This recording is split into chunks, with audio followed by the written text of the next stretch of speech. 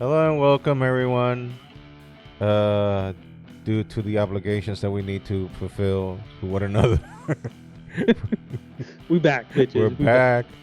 back. Somewhat willingly, somewhat not willingly. Pick your poison. Who cares? There's four of We you here. listening. That's all that matters. We here. This is a Husky Bible podcast. Just in case we have to clear that up. I mean, you're listening to us. You tell me if you're thinking this was something else. Like, oh, damn it, I thought it was Gilligan's Island. Damn. Anyway. It's not. That's an old reference. Some of you have to Google that one. Anyway, hope you're all well. This past week, let's not talk about it. Holy shit. No, just encapsulated in that phrase, holy shit. All caps. Exclamation all points. caps, exclamation point. points. And like that meme from the Oriental person, emotional damage. Yes. that dude is. That was it. I don't know. That was our week. Yeah, that was with like, where is the therapy button? Like, I would press that button on repeat for eternity, like infinity. Therapy button for that button. Jesus Christ. Anyways, we're not here to bore you with our personal affairs, and our, fuck the just letting you know, a certain place that we work on laid their boots on our behinds, and the mark is still there, very very fresh, with the dirt and all still ingrained in the buttocks. Mickey's imprint. No, Mickey Mouse ain't got shit to do with this. But speaking of Mickey, this week, Disney-owned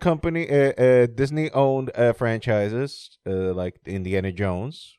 For those of all us that still enjoy Indiana Jones, notwithstanding the Kingdom of the Crystal Skull shit, we got the trailer for Indiana Jones 5. I think it was called The Dial of Destiny. That's the name because they never mentioned the numbers. Fun fact. Although the first movie of Indiana Jones is Raiders of the Lost Ark, and never had the name Indiana Jones on it. It was just called Raiders of the Lost Ark. Older than me. Mm-hmm. Yeah. Then the second movie came out was The Temple of Doom. Actually, Temple of Doom chronologically would be the first one because it happened before the affairs that happened on Raiders of the Lost Ark. So there you go. The actual sequel for Indiana Jones was actually a prequel. So there you go. So see who was doing prequels way before everybody else? Indy. So there. And then we had The Last Crusade, which had Indiana Jones and his dad, which is weird because Sean Connery is only like 10 years older than Harrison Ford. So explain that conundrum to you. Why don't you? That kind of reminds me. Really young. No, that reminds me of Don't Be a Menace in South Central. That movie always comes up. Dad and Uncle Joey, Uncle Lee. Like, this podcast wouldn't exist without those two references. Like, all you need to know about this podcast, watch Don't Be a Menace in South Central and just listen to a bunch of Joey Diaz videos on YouTube. That's pretty much it. That's all you need to do, man. That pretty much encapsulates what this podcast is about. So yeah, Indiana Jones 5 trailer came out. Then the Transformers reference to Beast Wars. So those of you who were in the late 90s, early 2000s, remember those cartoons? Well, they're not cartoons. They were actually 3D animated series, but with the worst CG under God's green earth. But yet it was, it was what it was back then. I mean, back then that was pretty much like what? The best the best shit that we had. Yeah, so Beast Wars, well, they don't call it Beast Wars. The movie, the series was Beast Wars. But the movie's called Transformers Rise of the Beasts, and per Anthony the trailer... Ramos is head... what? Is the head person on that one, right? Which one? Anthony Ramos. I don't know who that dude is. Yeah, but you see, I watched... I think he's the lead person on that. On the movie. So he's the Shia LaBeouf in that movie. Yeah. He's good. See, we're two different opposite fields, but we come together for some. Like Mm-hmm. he did a musical in the Heights. Oh, Um, and he was the main. He was Lin Manuel's part in the movie because okay. When it was an actual musical in Broadway, when it was on Broadway, Lin Manuel did the played part. that part, Okay. That was and he before was the Hamilton shit. yeah, he wrote Hamilton and he wrote In the Heights. In the Heights was actually his first outing. Okay. He made not to go off topic here, but Lin Manuel, that was his first gig, and he made tons of fucking money on that thing. Um, Anthony Ramos was in the movie, but it was also his back part, Okay, so it was like his understudy. understudy. Okay. Um, Anthony Ramos was also um in the Hamilton play. He played his son, and he played another. He played two parts in the. He played two parts in Hamilton, Mm-hmm. but in the Heights, the movie, Anthony Ramos is the main person. He played Lin Manuel's part, Okay. so that's where I know him from. Okay, so we have satisfied the millennial necessity of the podcast. We have satisfied it now. Are you happy, millennials? We talked about shit that you understand. Well, maybe people from the podcast don't. I like to dabble in everything. So if I like a Broadway play, some people don't like Broadway, but to me, those Uh, guys are some of the most talented singers and writers and actors and musicians ever. it's different stroke for different folks. Let's just say Exactly. that. So, no, I'm not shitting on it. No, I know. I'm not shitting on it. Like, it's a different beast than acting on movies because on movies you You can don't fuck up. no you can dial it down Yeah. because Broadway on plays Broadway you have to be very expressive because you have to project to the people in the back.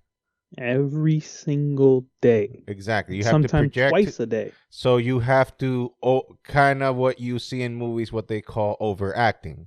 Mm-hmm. But it's in Broadway, it's not considered overacting because you have to convey the emotion, and everybody in the back has to see it. Just So like you, that so last row has to exactly, feel the same thing as the first row. and that's where I put wrestling kind of into it because wrestling oversells sometimes, but it's also for the same reason because it's a stadium Yeah. full of people, so you Yeah. have to reflect that you got hit, so you have to sell it. You have to sell the hit that you're hurt. Like you can't just go like I saw a video, a reel on my Instagram of a cat that they were cutting his nails, and the cat was just Mm-hmm. going, "Ow." Every time they cut his nails, he's like, "Ow." Yeah. Fatter than Garfield, that fucking cat. Oh. Fatter than Garfield. But anyways, and the third movie that released a trailer this week was Guardians of the Galaxy Volume 3. Per the trailer, not to spoil anything, but per the trailer, it seems that this one is, well, this is not a mystery, people. You know that James Gunn is going now to be the Kevin Feige of DC. So this is practically, it is the last Guardians movie under James Gunn, and I think most of the guys in the movie are not coming back to Marvel to reprise their roles because this is it. And the trailer kind of gives that implication. They're even using the comic book accurate costumes from the Guardians of the Galaxy. All of them are wearing the same costume, all of them, and it's the comic book accurate version. So that's like when you see that a series that has already been characters dressing up a certain way, then on the last one they kind of have to go back to the roots. That's your clear signal right there that like, adios, we're leaving. It's been fun. And I mean, and also like for example, Dave Bautista, he's been very vocal that he wants to go to DC, and he's been vocal for a minute saying that he wants to play Bane. He wants to be Bane because Bane is his favorite character in DC. Also, we have Jason Momoa, who already is a character in DC. He's Aquaman. In case you were hiding under a rock. Really? He was Aquaman? Yeah, he's Aquaman. Oh, fuck. His favorite character is actually Lobo. Lobo, for those of you who are unawares, is basically an intergalactic bounty hunter. So basically, he's Deadpool but an alien. You know, he's an alien Deadpool, and he's as not as strong as Superman, but he can go with Superman for a while. He can go with Superman for a minute, and he cusses a lot. So yeah, basically Deadpool but intergalactic. Yeah. So the implication seems to be that Jason Momoa also wants to play Lobo. And you're like, you greedy fuck. You already have a character that you made cool who was like the punchline of DC. Like, oh, you talk to fishes. And he made him cool because Jason Momoa. Like, you're going to fuck around with Jason Momoa? You're going to find out in a minute. You fuck around with Jason Momoa, you're going to find out. And you made him cool by proxy because he's played by Jason Momoa.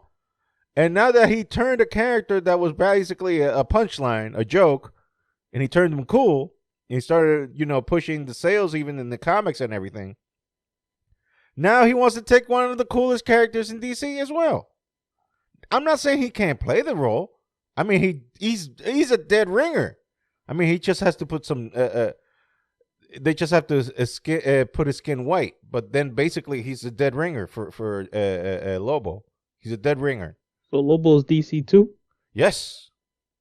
So he wants to play two characters. Exactly. No, look, it's not like it hasn't been done. And Marvel is, I don't know how they're going to do this because now Marvel, by opening the door with all this multiverse thing, it's odd that Marvel beat DC to the punch when it was DC who actually created the multiverses in comic books first.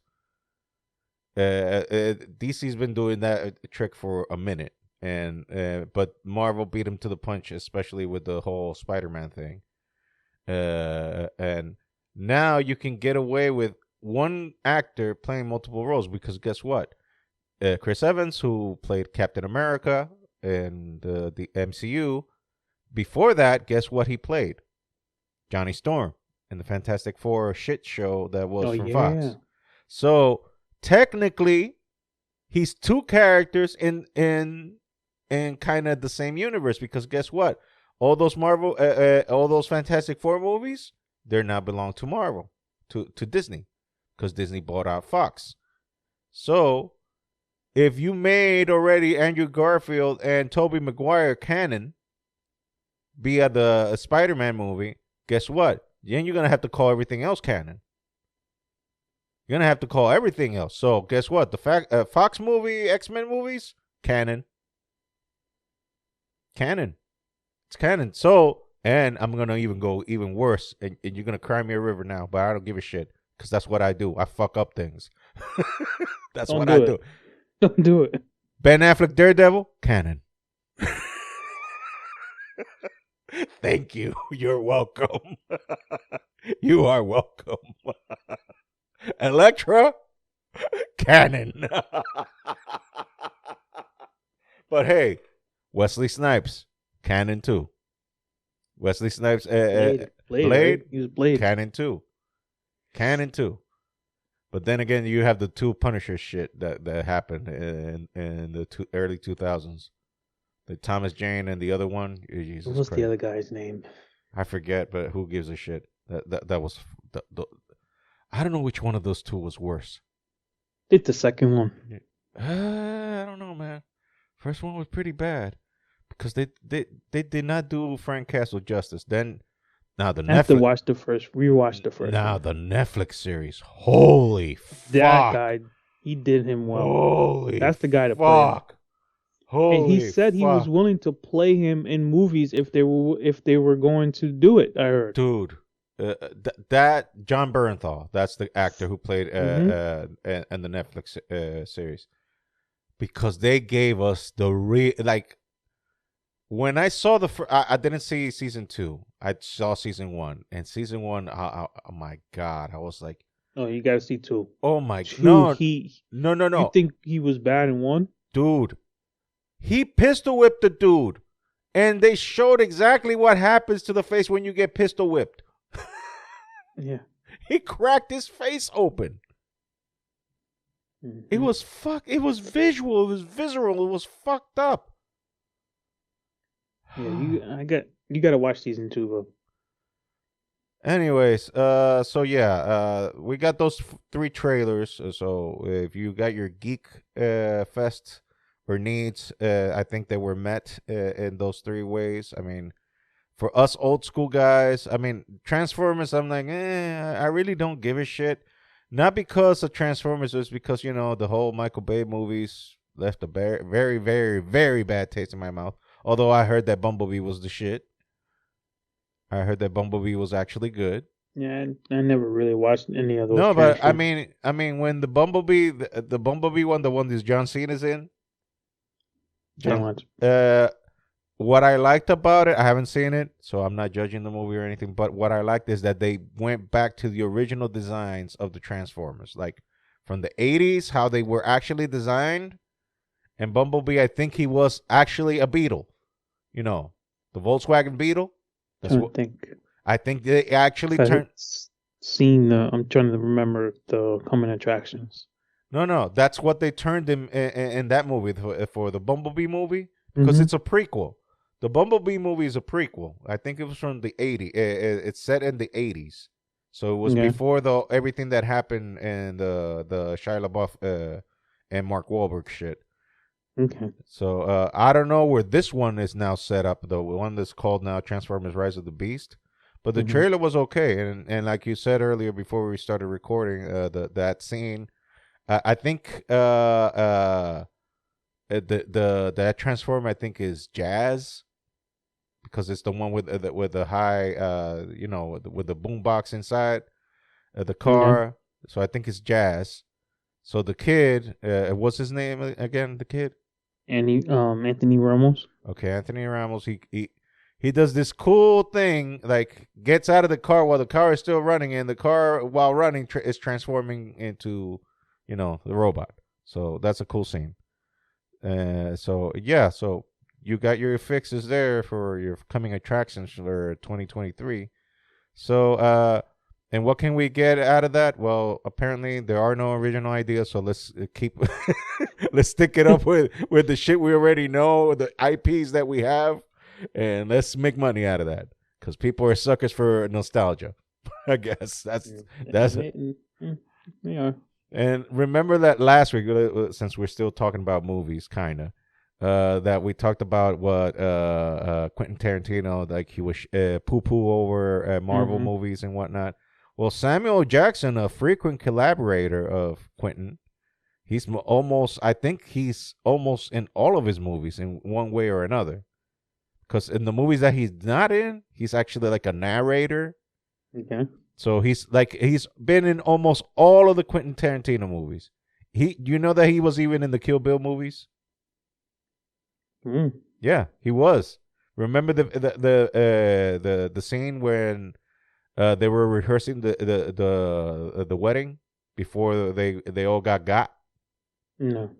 Well, the piano player in there is Samuel Jackson. So he was actually in the Kill Bill movie. So there you go. So, Samuel Jackson clapped back at Quentin Tarantino's comments about that Marvel actors are not stars, that the characters are the stars. And he was like, no, Chris Evans, like, he's doing other shit now, and everybody knows who Chris Evans is. The same with Chris Hemsworth. Same with Robert Downey Jr. Like, you're going to say Robert Downey Jr. is not a star? You're going to tell me Robert Downey Jr. is not a superstar?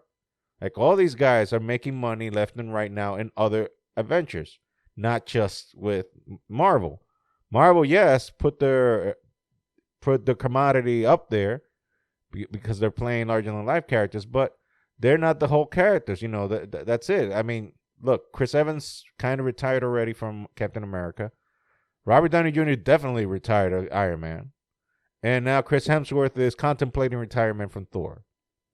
You think those guys, if they want to continue having their careers, are just going to be limited to, Captain America? Chris Evans is doing a movie right now with The Rock. Chris Hemsworth, I think we covered it, didn't we? He's getting some kind of Alzheimer's No, no, treatment. no, no. He doesn't have Alzheimer's yet. It's just that they discovered that his body's pre Yeah, it's in his genes. his genes are like predisposed to getting that. It's not that he has it; he doesn't have it. It's just that he has like the genetic buildup to get that. So he's trying to, get ahead of it. So he's gonna lay low for a while, medicate himself the best he can, and then continue with his career. It's not that he's gonna stop acting. He's just gonna take a break for a while. Well, contend with he also has a like. Have you watched his show No, on Netflix? I don't watch anything, man. like Well, I'm like my viewing is limited to YouTube clips, and that's it. That's all I well, watch. well. If you get a chance, watch it. And I'll catch He it. did a A pretty he comedy did a special. pretty good job on that. It was a big show. Like it was like no one some they expected it to be like poo poo, and the show came out and it hit hard. Like it was number one for a long time, Okay. and I enjoyed it. Like Okay. I don't like to watch something new, but because he was in it, because of why? Because he played Thor. Because he made Thor who he was. Yes, I mean, like, think about it. Like, his characterization of Thor, that's it. That's the template right now. Anybody else take that part, they're gonna have to follow up with what he did. They're gonna have to build up on what he did, because he made that part. And that's a difficult part, let me tell you, because like, and he pulled off the both sides. I mean, he played it very serious, and then with the Taika Waititi thing, he went the comic route. And he play and on the first Taika Waititi, the one in Ragnarok, that one I actually liked because Love and Thunder was like beating a dead horse, which I Yeah. already mentioned that a bunch of times. So they kind of repeated the same fucking joke, and he was like, "Okay, dude, I get it. This is supposed to be funny, but it's not funny anymore." It's like, what that Killing Peel a sketch where Key plays that school teacher, and he mentions the names wrong for all the students because he was always in a black school. Have you seen that sketch? No. Where's Balake? Balake. The name is Blake. Don't you mess with me, Balake. And then Aaron. Where's Aaron? The name is Aaron. Aaron. Son of a bitch. So it's a funny bit, but then a goddamn YouTuber whose name is Aaron keep using that clip at the beginning of every fucking video he does. God. So he murdered the joke. I was like, I hate the whole skit. Exactly, he killed it. I'm like, dude, it was okay if you did it once, maybe twice, but every goddamn fucking video you do, Yeah, nah, he killed it. you killed it. You killed it. Like you can't. There is such a thing as too much of a good thing. If you keep repeating the same shit over and over and over again, like, god damn it, you're just gonna fucking murder the joke. Anyways, I'm signing on Samuel Jackson on this thing with Tarantino. I mean, God bless Tarantino. He knows what he's doing in terms of movies, and he has the right to have his gripes with Marvel, same as Martin Scorsese. Martin Scorsese, by the way, was actually a gentleman, and because the star from what was the name of that movie? The Marvel movie from last year, Shang-Chi. Oh yeah, the star from Shang-Chi. That dude, he clapped back at both Quentin and Tarantino. He was like, "Look, my people weren't getting that many movies, and this movie was like just ideal for Oriental people like me. So you want to talk crap about Marvel? At least I had a shot. Like if this movie didn't happen, I wouldn't had this opportunity to be now where I am." And Scorsese was like, you know what? You're right. So on that, I'll give Marvel points. So at least Scorsese so far has been a little bit more gracious, sorry, than Tarantino. But both of them have the right to have their opinion. Whether you agree with it or not, they can have their opinion. and both of them are purist in the purest sense of the word of cinema. Because like, have you like for example, Tarantino still films movies on film. He doesn't use digital cameras. There's like 3 people on Earth that only use film right now, and Tarantino is one of them. I mean, even Scorsese, I think, still uses digital cameras now. Yes, he does. He does because for The Irishman, he used digital cameras for The Irishman, but Was he that a had good movie? It's long as fuck, but I liked it. It's long as fuck. It's like 3 hours long. Damn. But I liked it because you have the usual suspects of all Scorsese movies in it. You have De Niro, you have Joe Pesci, and you have some aggregated too. Also, like Ray Romano, he killed it in the movie. He played it straight. He wasn't being all wacky. Even Sebastian Maniscalco, he's a stand-up, yet he played Crazy Joe Gallo. And he had one scene with De Niro that he was gonna threaten De Niro and have him whacked, but then De Niro was like calming and diffusing the situation and calming down. Like, oh, so we're brothers, huh? So we're brothers. Okay, we're brothers then. It's a good scene. And he's really good. Sebastian, stand up. Oh yeah, Sebastian, and he's clean. He's clean. I mean, he has his. Every once in a while, he'll say like maybe ass or a word like that, but it's not. Reminds me of Fluffy. Yeah, Very clean. Don't need the cursing words to make shit funny. I actually saw him live right before he blew the pandemic. Up? Well, he's been blowing up for a while. Yeah, no, but he was blown up in this time. I mean, I think it was right before the pandemic. He went to I wouldn't compare it to other theaters that he could probably go to. It was medium size. It wasn't small, wasn't big, but it was medium size. And he fucking killed it. Well, good for him. And this was like right before the pandemic, and I mean, if I was gonna get COVID, that would have been it, bro. People were coughing, and you were right on top of each other. That was before all that shit. So like you're talking about 2019. Yeah. Okay, so yeah, that was. It was like there was no COVID. It was up. It was only in Wuhan by then. Yeah, it was like Poughkeepsie or somewhere up there. That shit was limited to Wuhan back then. Yeah. It didn't spread out. Like who were like. The fuck? How that shit spread out to the entire fucking planet? Traveling. People just travel. One motherfucker, like, I'm sorry, I have no disrespect to Chinese people, but what the other than that lab, what the fuck is in Wuhan? Well, what the fuck is there? I mean, I'm sorry for my ignorance. And again, I no disrespect to the people in Wuhan. But what the fuck is there that so many people went from there like, oh, let me go visit them, like, and all of a sudden the whole fucking world got spread with that shit. And DR, one person in the lab went to, he could have easily went down to downtown, and then downtown one person went this way. We in DR, like, this is the greatest joke in DR. This is such an inside joke in DR. Everybody knows it. It's like, aquí todo se sabe. Yeah. We know everything here. We know everything. We find shit out quick. So, you know what fucked DR up?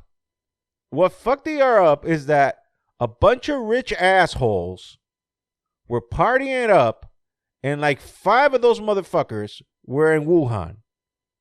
Doing what? I don't fucking know. What the fuck they were doing in Wuhan? I don't know. Maybe they had business deals, whatever. Because DR does have a lot of business deals with China. Introducing Brigade, man. And like 5 of them motherfuckers were like doing perreo. And that shit spread like fucking wildfire in DR.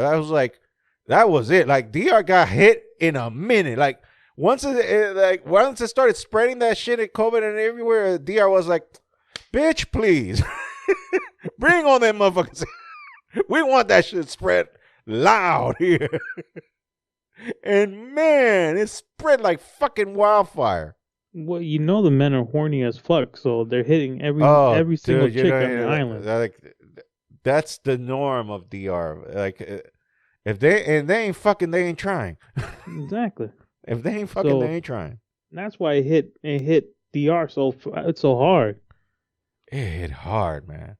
But now, I mean, it's a question of just living with it. We just have to live with it.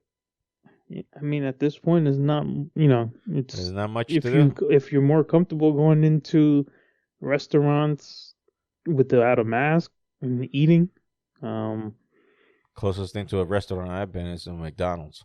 yeah. So And they ain't it's wearing masks no more. so I mean, it's all comfort level, Yeah, really, no, I mean, to certain people. the best thing that McDonald's did was just those ordering kiosks that they have outside. You know, where Oh yeah, you can just order yeah. the orders there without having any physical contact with anybody. Hmm. You just pick up the little number thing and just sit down. You're already paid with your debit card and whatnot. And the only contact you will have with another human being is when they bring the tray with the food. That's it. Yeah, and they pretty much try to stay away from you anyway. Like my Yeah. McDonald's over here doesn't have a drive-through, but they have like 6 or 7 lanes that you can order on your phone and say Mm-hmm. you're outside, and they'll Yeah, bring your yeah, food. yeah. That's part of the McDonald's. Yeah. That reminds me of a funny. Free promotion for McDonald's, by the way. Yeah, it reminds me of a funny story today though. It's not funny. I mean, everyone was no one was harmed. That's the Okay. good thing. So Okay. I was going to this thing today. That's what made me late today. And we go to McDonald's for breakfast. And told my wife, I was like, oh, I'll just go inside and pick it up instead of having someone come out. It's pretty cold out. It's early in the morning. It's like 36, 37 degrees outside. Mm. And, I pull into one of those spots that you typically use to get food brought to you. But I said, nah, just let me park here. I'm going to be in and out. Don't worry about it. So there's 2 spots away from us. You see the number of where the spot is. So they put it into a big like bucket with cement, and then they screw in the sign to it with the number spot it is. The thing is bent in half, and it's knocked over. So me and my wife looked at each other and we're like, damn, wonder who the hell hit this? They hit it pretty hard. So I go inside and I go pick up my food, and the manager's talking to an older man, and the older man was getting his food too, and he goes, oh, I don't want to go through insurance. I don't want to go through insurance. I'm over here. I'm like, this motherfucker. This What the fuck did he pulled do? in. The fuck did he do? Dude's license plate was on the side of the car. He took it right off the bumper. And this dude's like, no, I don't want to go through He insurance, just man. scraped the wall? No. So when you pull into this spot, it has a bucket with cement and a stick, like that you can screw the sign into, and then behind it there's a fence. He pulled into the spot and hit the bucket, bent the stick, and like crushed something, and then his license plate was on the side of his car. What in the fuck? I don't know what the hell he did, but it was just. I mean, it was just funny because me and my wife were looking at each other when I pulled it into the spot. I'm like, my wife was like, damn, someone hit that shit hard. I go, it must have been a truck or something. This guy was driving a Ford Focus or a Ford Taurus. Holy shit. Dude, it was bent in half. How fast were you pulling into this spot that you hit this sign in a concrete bucket? And your license plate ripped off your bumper is on the side of your car now. This dude must be R-worded. He was an older gentleman, but he didn't look like he couldn't drive. He didn't look senile. Let's just say. Yeah, exactly. He did not look senile. Like, did you whip it into the spot? You're like, I got this shit. He must have had a mental fart moment. That's all. But dude, it was funny because it was just like, oh, I don't want to go through insurance. No. I'll pay out of pocket for this. Too late, motherfucker. Too late. So you're fucked. So the I guess the manager on duty was like, well, you talk to my manager tomorrow. She'll call you and you guys figure it out. This has nothing to do with me. Yeah. Sounds like a McDonald's. Like I do I'm not I'm just give. I'm just here. I'm getting paid regardless. Let management handle this bullshit. Ain't got And nothing to do with me. I just won't it, get paid. That's I live all. on the fifth floor. I Like don't know. motherfucker, I just want to get paid. I don't want to deal with no bullshit. Like if you don't want to go to court, good. Thank you, Jesus. Yeah, Let's get let's just deal with this on the down low. Papi knows I live on the fifth floor. I don't know. You deal I, with don't- this I know tomorrow. nothing. I know nothing. I don't know. I know And nothing. that you did I sent you that, right? Did you ever watch it? The video of the guy, Yeah, Christopher Rashid. Colombe King, Christopher Colombe King. No, not that one. That one was funny, but Papi ain't no snitch. It was from Rashid. It was from like when Bad Boys had like their comedy thing. I gotta send you that. But it was like if Papi ain't no snitch. This Rashid, the comedian, he passed away like 3 years or 4 years after that. He had complications with stuff. Okay. But he goes, oh, I love me some Spanish people. He goes, Papi ain't no snitch. Oh, You cops come to him and be like, in DR that's a big thing. Like yeah, the whole snitches get stitches that yeah, started in DR. Mr. Rivera, um, someone was killed on the first floor. Do you know? I don't know. I don't know. Me? I live on the fifth floor. I live I in the don't flip know. phone. I don't know anything about that, man. And be like, and you try to rob Papi? He that's one motherfucker you don't want to rob. Papi, give me all your money. Me? I ain't giving you shit. I'll Anyway. give you $5. You want? No? Okay. And by the time you know it, you walk Papi halfway the fuck home. And then you ask him, you know what? If you don't give me your money, I'm gonna rob you right now. He goes, I'll shoot you. He goes, you gonna shoot me? I don't care. I live out here. I tried to give you the $5 down the You didn't want? I'm gonna send you that. Anyways, we'll talk about a little bit of wrestling today. You know who William Regal is, right? You remember Yeah. him? Okay, well, last year when WWE was still doing the house cleaning of firing everybody under the sun, Regal landed in AEW because, well, second biggest promotion in the States. And, He was in NXT, right? yeah, he was the general manager of NXT. General manager. Okay, so he ended up in AEW, and this week in AEW, they did a very interesting angle with him because MJF, he is now the current AEW champion. He beat the former Dean Ambrose, now known as Jon Moxley, on a pay-per-view, and he did it because William Regal, who was Moxley's manager, slipped MJF brass knucks. If you remember the brass knucks he used to wear. Mm-hmm. And he slipped it to MJF. MJF knocked him out clean cold and pinned him. Therefore, William Regal turning heel for the first time in that organization. So on Wednesday, they played an angle when they practically retired his ass, Regal's ass, because MJF grabbed the same brass knucks and punched him square in the back of the neck. Now, if you don't know the history of William Regal, William Regal has plates in his neck and has been informed that he cannot take major bumps because if he does, he could end up quadriplegic. And he has all those major things. So, of course, this is a planned spot, and you know it's a work, people. It's not real. So what they did by doing that is indicating that they practically retired the character of William Regal in AEW because he did the stretcher job. Daniel Bryan WWE, his actual name and his name in AEW is Bryan Danielson, came out with Regal because Bryan Danielson is he considers Regal as his mentor. Although it was Shawn Michaels that broke him into the business, but he considers Regal his actual mentor because Regal was the one that taught him the wrestling psychology.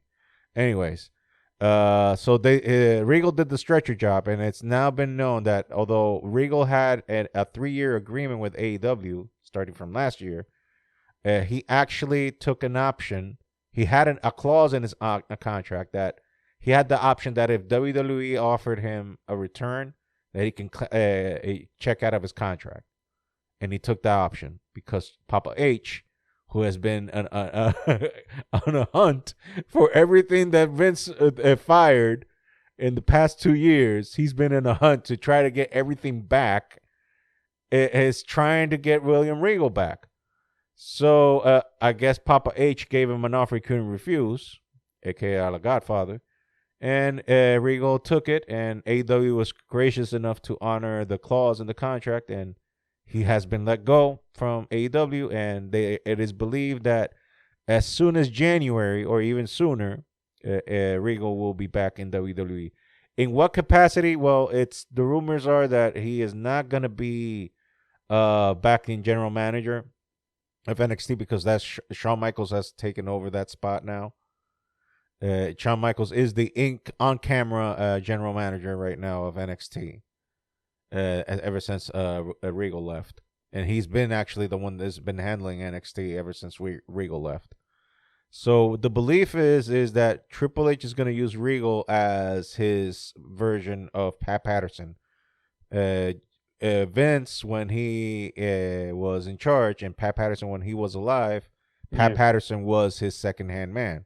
Yeah, the guy, that right-hand man every time. Exactly. So it was his right-hand man. It was the one that helped him booking, making the decisions on how to book matches and whatnot. It was the one. He was like Vince's confidant.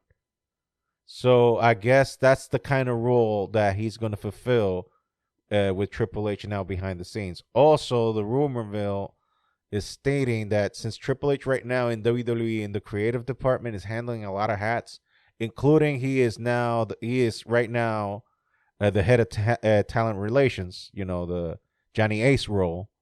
John Laurinaitis, who went bye-bye with Vince as well after, declaring their Minkias community property. Community property of the locker room. Yeah, community property. So Triple H had to take that role. That was his actual first role coming back from WWE after he had his heart issues. That was his first role back in WWE. Then when Vince retired, forcibly, took the creative side. So I guess Trips is going to give out some of his authority to William Regal. Those are the rumors. It's nothing confirmed yet. So congratulations, William Regal, for moving on up like the Jeffersons. Yeah, welcome back. Yeah, I mean, Greg, welcome back. I'm like, oh, welcome back. By the way, fifth floor, the fifth floor office is yours. Here's the keys. Make yourself at home. No, get to work. Now get to work. Now, no, he's going to be traveling with Triple H. And look, if you've watched NXT, especially from back in the day, when all these guys that are in WWE now, Charlotte, Sasha Banks, some of those guys that are everybody that was in NXT before when Triple H had started it and had the reins on it. That was definitely the best times. Like when Kevin Owens, Sami Zayn was in it. That was some of the best wrestling programming I have seen in years. And unfortunately, they didn't have the audience because it was in the network.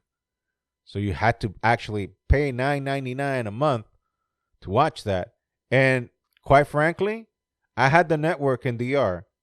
And I was glad to pay the $9.99 a month just to watch NXT.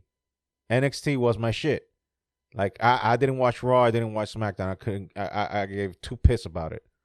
I couldn't give two piss about it. I didn't give a shit about it. But I did watch NXT because it was the actual best programming. And within WWE, that was the best wrestling that I was seeing until AEW showed up and then created a little conflict of interest there because both of them were running at the same time. So, but anyways, that's the cool thing that William Regal seems to be going back to WWE. So kudos for Regal and kudos for Triple H for getting the second gauntlet of the Infinity Gauntlets to fill up all these fucking stones of people he's just sapping back into life in WWE. Jesus Christ, how many fucking people he's gonna bring back? It's like he's undoing everything Vince did in these past 2 years. Like the guys he hasn't gotten back is because they're locked. They're locked in a contract. But you know who's coming? Whose contract is about to expire? Buddy Matthews. This guy is a wrestler, and he's the current boyfriend of Rhea Ripley. Rhea Ripley. She's red hot right now in the Judgment Day faction. And he's her boyfriend. Both of them Australians, and he's been unhappy with AEW's booking, how they treated him. He's practically been treated like, this guy. Like, this guy, he's a filler. And that's been the story of AEW lately. Like, people have been treated like fillers, not actual stars. And it's been that way for a minute. So, go on there. So once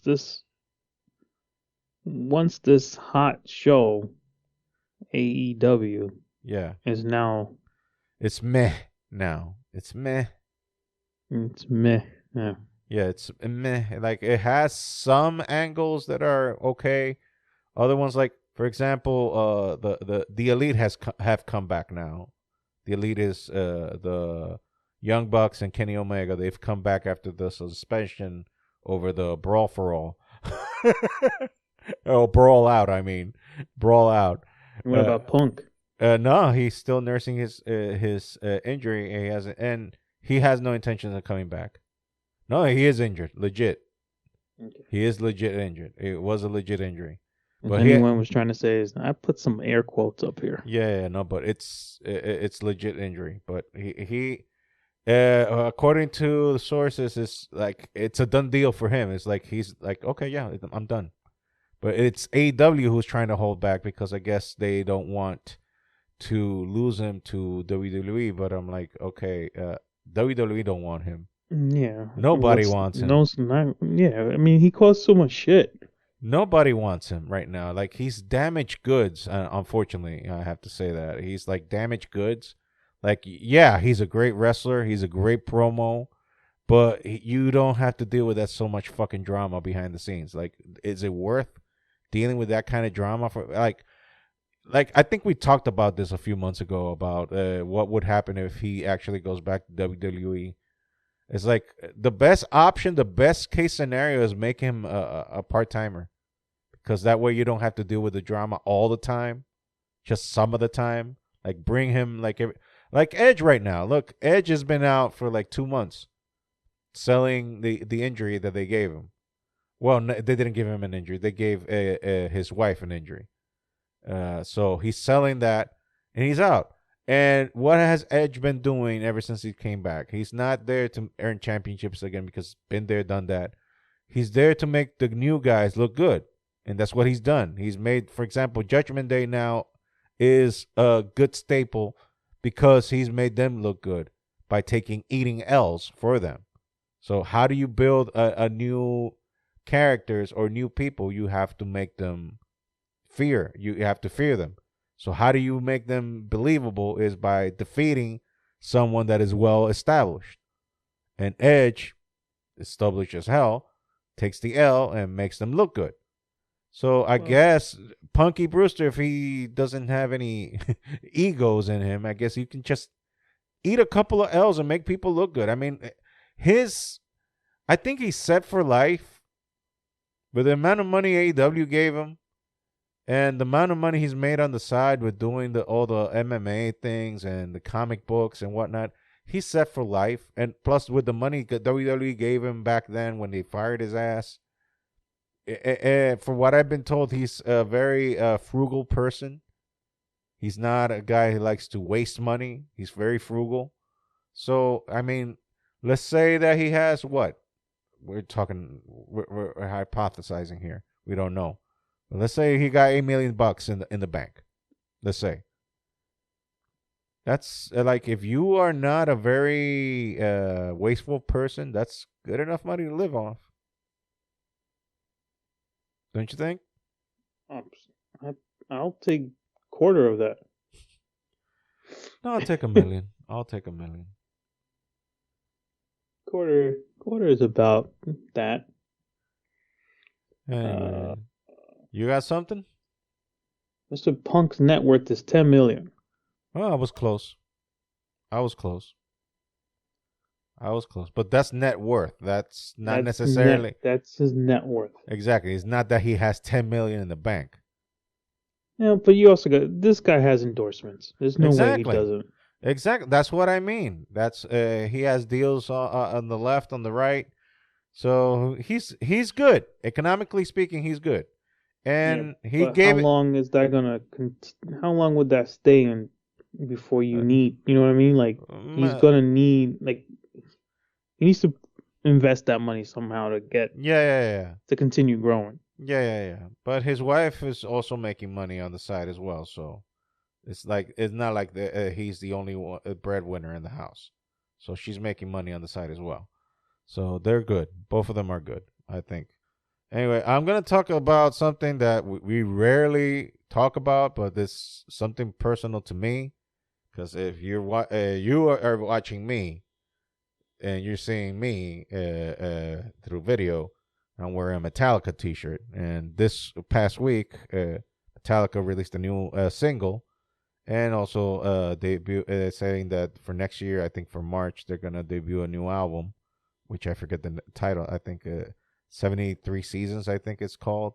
But the new single Lux Aeterna, which I'm being bombarded on YouTube with guitar techs doing reviews of the single, and for Metallica, it's a very short song, like 3 minutes and something. It's like very radio friendly, although it still has a Metallica mojo on it.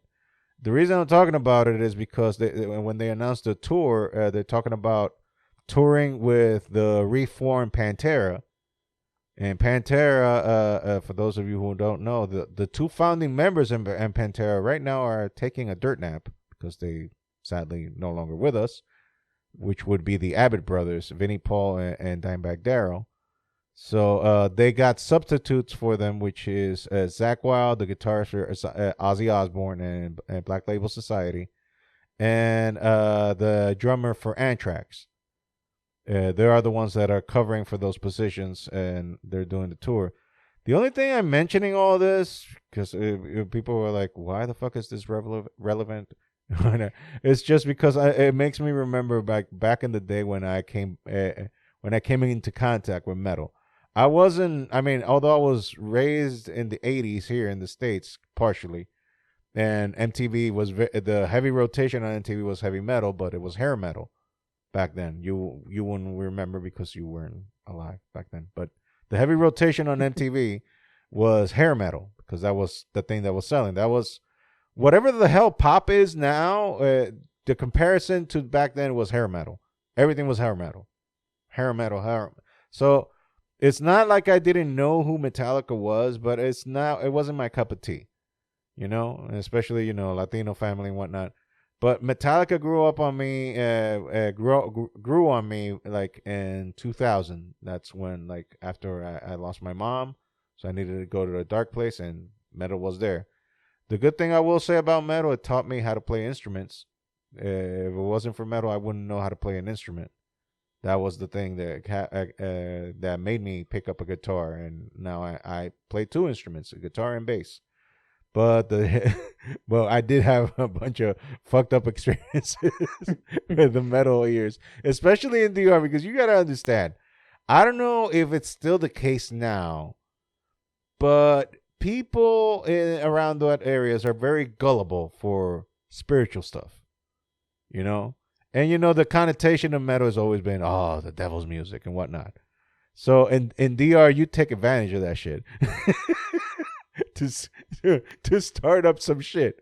And back then, the pranks that me and the crew that were running around listening to metal, the things that we used to do is like, it was just to fuck with people. Like, for example, we would start going to a hot dog stand and we start like improvise. It was all improv.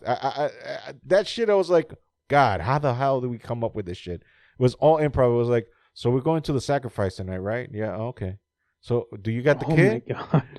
Did you get the kid? Like, what age are they supposed to be? Like 8 or 9? 9. We talked about this before. 9 years old. Okay. Like, no, we don't gotta keep on. Like, the night is still young. Oh my God. The night is still young. We can just pick up any kid around here. Okay. And you see the guy in the hot dog stand looking at us. He is black, and he started turning white like Casper the Friendly Ghost. Oh my Looking at god. us like, what in the fuck are these guys? That's the way we used to fuck with people. And my favorite one was when we went to a Monumento in Santiago. They used to put like the birth of Christ, you know, the manger and everything, the statue of Jesus and whatnot. So we went there. We brought a giant boombox. This is how old we are. We brought a giant boombox, and we bought some fucking CDs like Slayer, Metallica. We started playing, and then we put like candles all over it. And people started fucking running away because we started playing Master of Puppets. Yo, Master, doing the horns and shit, and people were like fucking running away and shit.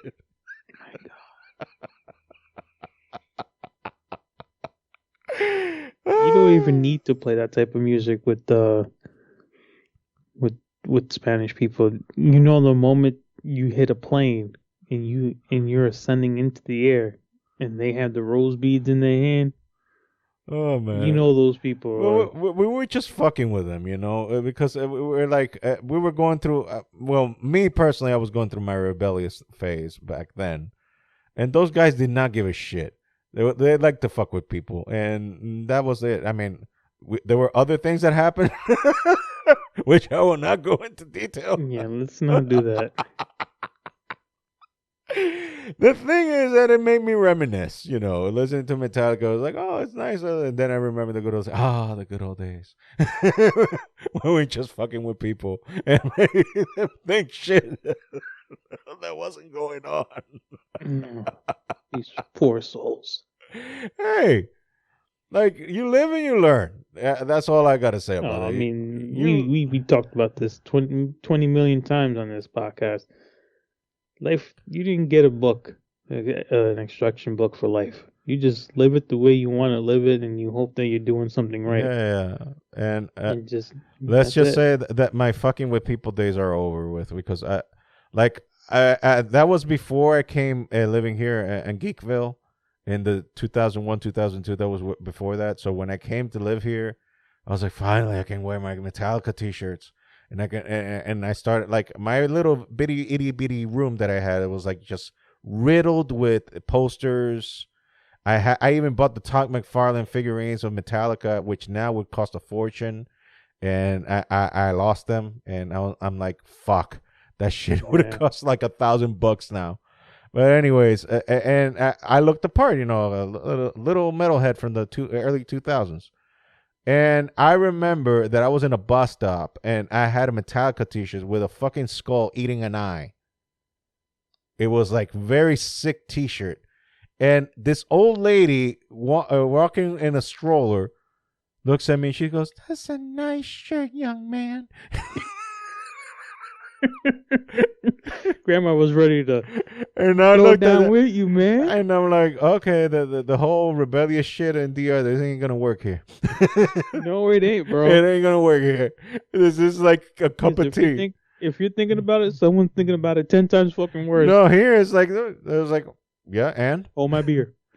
People are here like, yeah, hold my beer. I mean, I went to church with those t-shirts. I went to church with those t-shirts, and nobody blinked an eye. In DR, they would have been like, the devil!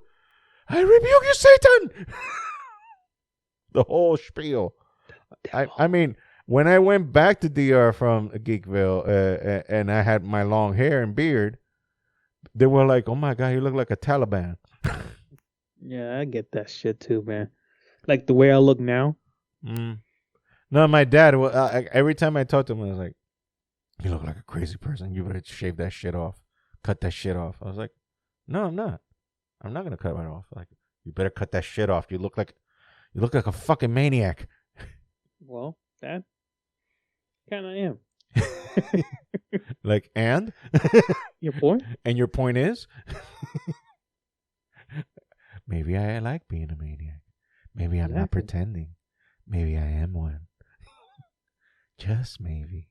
I'm fucking crazy, Dad, okay? Maybe I'm un poquito loco. A little bit. A little, un poquito. Maybe. Un poquito. Un What the fuck? poquitico. Un poquitico. Anyways, Oh, man. I think we can cut it up from here. I think we covered a lot of bases today. For people that didn't know what the hell to talk about. And we're getting ready to get lubed or unlubed for what is expecting us. I'm not gonna. We're gonna just sum it there. I'll just sum it this way. Send in the GIMP. Anyway. By the way, I like this microphone holder that I got. This is legit. Yeah, it sounds awesome. It sounds awesome. But this whole thing, like, instead of having it like in my face like this, just having it like I can move it down. This thing was legit. It was a good buy. Yep. Shout out to Rode, people in Australia making the microphones that we use, both on my side and on Jonathan's side as well. Shout out to them. Be a sponsor to us. Provide us equipment, and we will sing your praises for eternity. Especially that mixer. Yes, do send that mixer. That mixer is the shit. I'm salivating every time I think of that fucking mixer. I salivate with just the thought of it. Homer Simpson style. Anyway, let's remind you all that, the TeePublic store is still there. It's probably in a special. Right now, 35%. By tomorrow, it's probably going to say, well, come back on Tuesday. It'll be another 35. Exactly. So it's probably there. So the link, again, is always under the description. Also, our website, huskybyboopod.com. Our personal, the Husky by Boop Pod social media on Instagram and Twitter. My personal Instagram and Twitter, that Ariel Duran. Jonathan, yours is JohnnyBoy426. So there you go. That's all the promos. Check out Ariel's new drawings, people, if you haven't already. Yeah. I drew it back, but then this week happened and killed all the fucking. It's okay. We're gonna get you back there. Killed day by day, slowly. It killed all the fucking inspiration I had. Thank you, bleep. On that note, we'll be back next week, hopefully, God willingly. Yeah. Hey, it's episode 98. This one. So Skippy. We're almost there, getting the triple digits. Well, that's you. That's all your company. That's all your work, man. I've only been here since what? 80 something. Oh, I haven't been counting, man. Forget that shit. I forgot when I joined, but that's a big shout out to you, number 100, for picking it up after it not being running for a long time. You took breaks in between episodes. Well, there was a long hiatus when we made the transfer from DR to Geekville. There was a long hiatus there, though, like 4 or 5 months of nothing until I got some equipment to record. Because then I started listening to you, and then we just hit it off together. Well, anyways, this has been the Husky by Boo podcast number 98. 98. And this has been us throwing stuff in your ear that hopefully was of your delight, or maybe it wasn't. And do not send us the bill for the shrink. Therapy. For the shrink, yeah. Don't send us the bill because we ain't going to cover that. That's not covered in the policy. You made the choice to listen to this shit. Exactly. It was your choice and your choice alone. So that's on you. Anyway, thank you for listening, and we will catch each other next week. God willing. Peace out, everyone. Have a great week. Take care.